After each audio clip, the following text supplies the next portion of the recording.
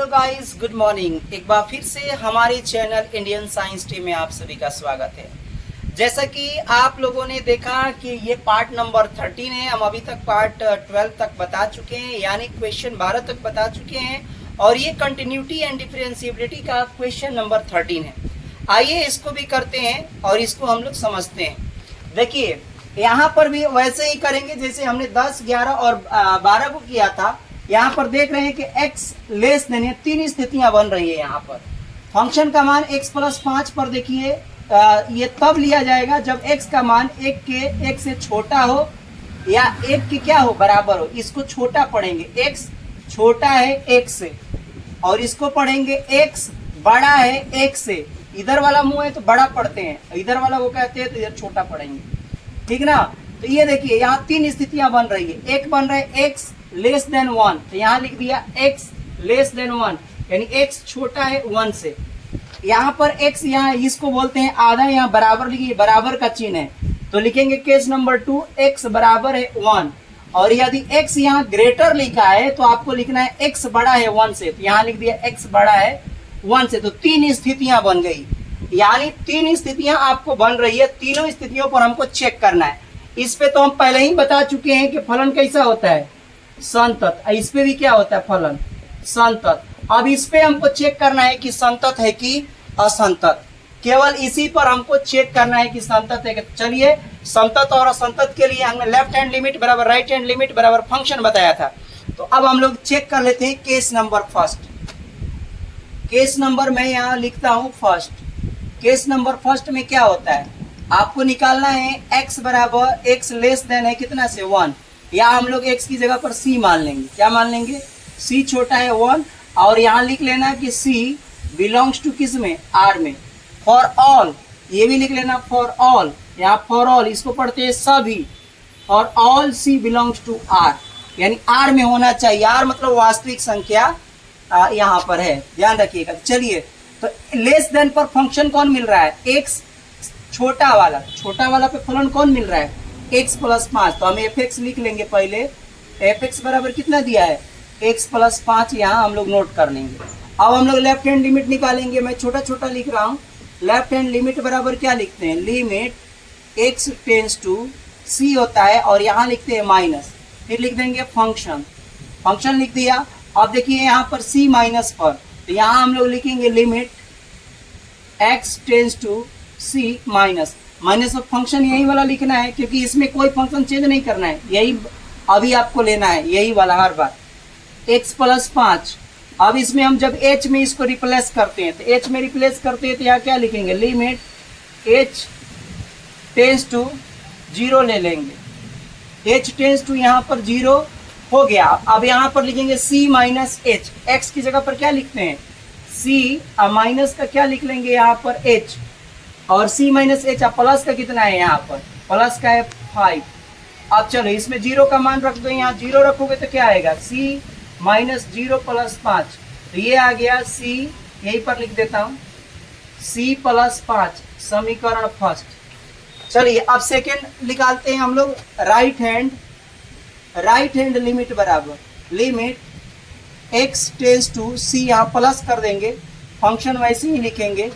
फिर यहाँ लिखेंगे limit x tends to c, यहाँ पर 2 बार लिख दिया है क्या जी, fx, ठीक है। फंक्शन लिख रहा हूँ, यहाँ पर x प्लस 5 ही रखेंगे। अब चलिए इसमें क्या करना है, बस c के माइनस की जगह पर प्लस कर देना है। लिमिट h टेंस टू 0, यहाँ हो जाएगा c प्लस h। अब प्लस का यहाँ रख देंगे 5, और इसमें भी जब 0 रखेंगे तो क्या आ जाएगा, c माइनस c प्लस 0। अब प्लस का कितना हो गया, 5, वैल्यू आ गई c प्लस 5, समीकरण सेकेंड। अब फंक्शन निकाल लो। फंक्शन बराबर क्या होगा, fx बराबर फंक्शन दिया है कितना है, x प्लस। अब c पर निकालना है तो सीधे निकाल लेंगे c पर लिखेंगे तो c प्लस कितना हो गया, 5, समीकरण नंबर 3। आपने देखा c प्लस 5 यहाँ भी आ रहा है, c प्लस 5 c। पहले ही मैं बता चुका हूँ कि लेस देन हो चाहे ग्रेटर देन हो तो संतत ही होगा, अगर शर्त ये है कि वो पॉलिनोमियल फंक्शन हो। तो यहाँ पर क्या लिख लेंगे, हियर, यहाँ लेफ्ट हैंड लिमिट बराबर राइट हैंड लिमिट बराबर फंक्शन c।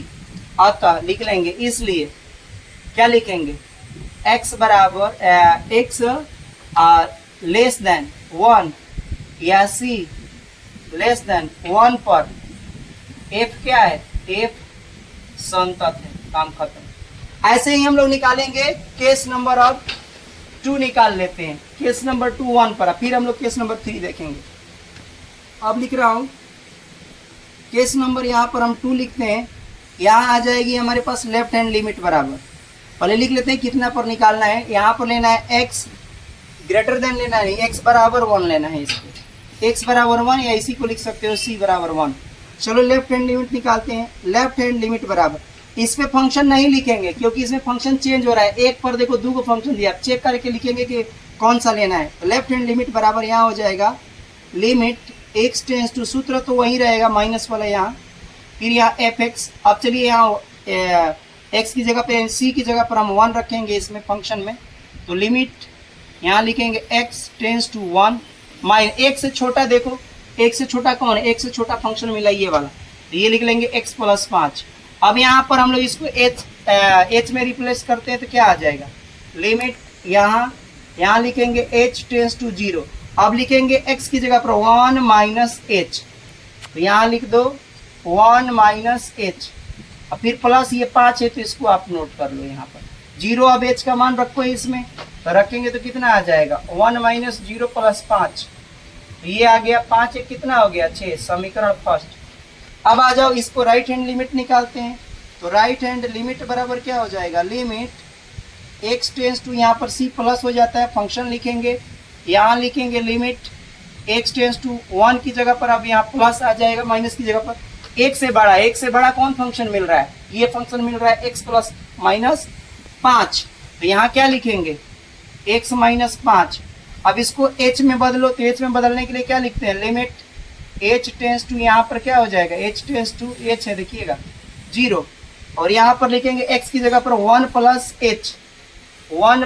h कर देंगे, या यहाँ 5 कर देंगे, सब कुछ वही रहेगा, बस यहाँ प्लस कर देना है बराबर। अब 0 इसमें रखो, तो 1 प्लस 0 प्लस 5, 1 प्लस, इसमें भी 0 आ रहा है जी, दोनों फंक्शन वही हो रहा है, इसमें x माइनस है ना, इसमें माइनस है, यहाँ पर माइनस है, ध्यान रखिएगा गड़बड़ हो जाएगा, यहाँ देखना प्लस माइनस, माइनस है तो माइनस लिखेंगे, नहीं तो गड़बड़ हो जाएगा, x यहाँ माइनस करना।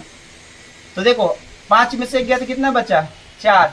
अब ध्यान से देखो ये दोनों आपस में बराबर आए ही नहीं, इसका मतलब क्या हो गया, left hand limit not equal to right hand limit. क्या लिख लेंगे, फंक्शन निकालना चाहो तो निकालो, नहीं तो कोई ज़रूरत नहीं है, तो यहाँ डायरेक्ट लिख सकते हैं, यहाँ left hand limit not equal to right hand limit, अतः x बराबर c बराबर 1 पर f असंतत है, इसलिए असंतत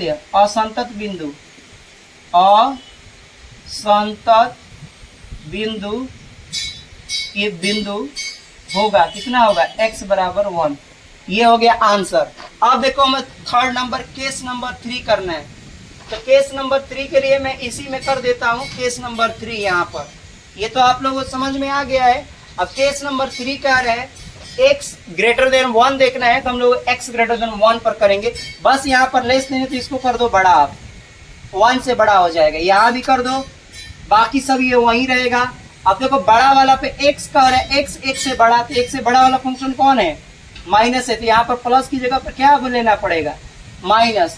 अब बाकी सब वही रहेगा, बस देखो क्या बदलेगा, यहाँ पर क्या आएगा माइनस, यहाँ भी क्या आएगा, यहाँ तो सेम रहेगा माइनस वाला में, लेकिन यहाँ पर रहेगा माइनस, और यहाँ भी क्या रहेगा माइनस, और यहाँ भी क्या हो जाएगा माइनस। समीकरण first complete. Left hand limit, right hand limit निकालोगे, c प्लस यही फंक्शन रखेंगे, बस यहाँ क्या रखना है x माइनस, तो यहाँ पर रहेगा इसमें तो हमको चेंज करना पड़ेगा, कहाँ है, यहाँ पर हम लोग लिखेंगे -5, ठीक है।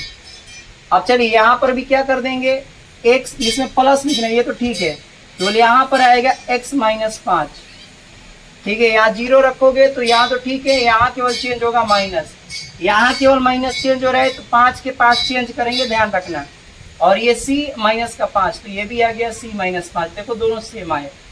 फंक्शन भी निकाल लो, एफ एक्स बराबर सी पर निकालेंगे तो सी पर फंक्शन यही लेंगे, एक्स की जगह पर सी रखा और माइनस का बीच में आ गया 5, यानी समीकरण 1, 2 और 3 से लिखोगे लेफ्ट हैंड लिमिट बराबर राइट हैंड लिमिट बराबर फंक्शन सी। अब लेस देन की जगह यहाँ क्या कर देंगे, ग्रेटर देन 1, या सी यहाँ पर लिख लेंगे, क्या लिख लेंगे, ग्रेटर देन 1। पर एफ क्या है, संतत है, यानी आपने देखा कि इस पर तो संतत है, लेकिन इस वाले पर आपका जो फलन आया है असंतति है, इसलिए आपका आंसर हो गया x बराबर 1। अतः दिया गया फलन the given function is discontinuous at the point x बराबर 1। तो यहाँ पर हम इस वीडियो को समाप्त करते हैं, हम फिर नेक्स्ट टाइम हम लोग देखेंगे वीडियो नंबर 14। बहुत बहुत धन्यवाद आप सभी को। हम कट करते जाएंगे।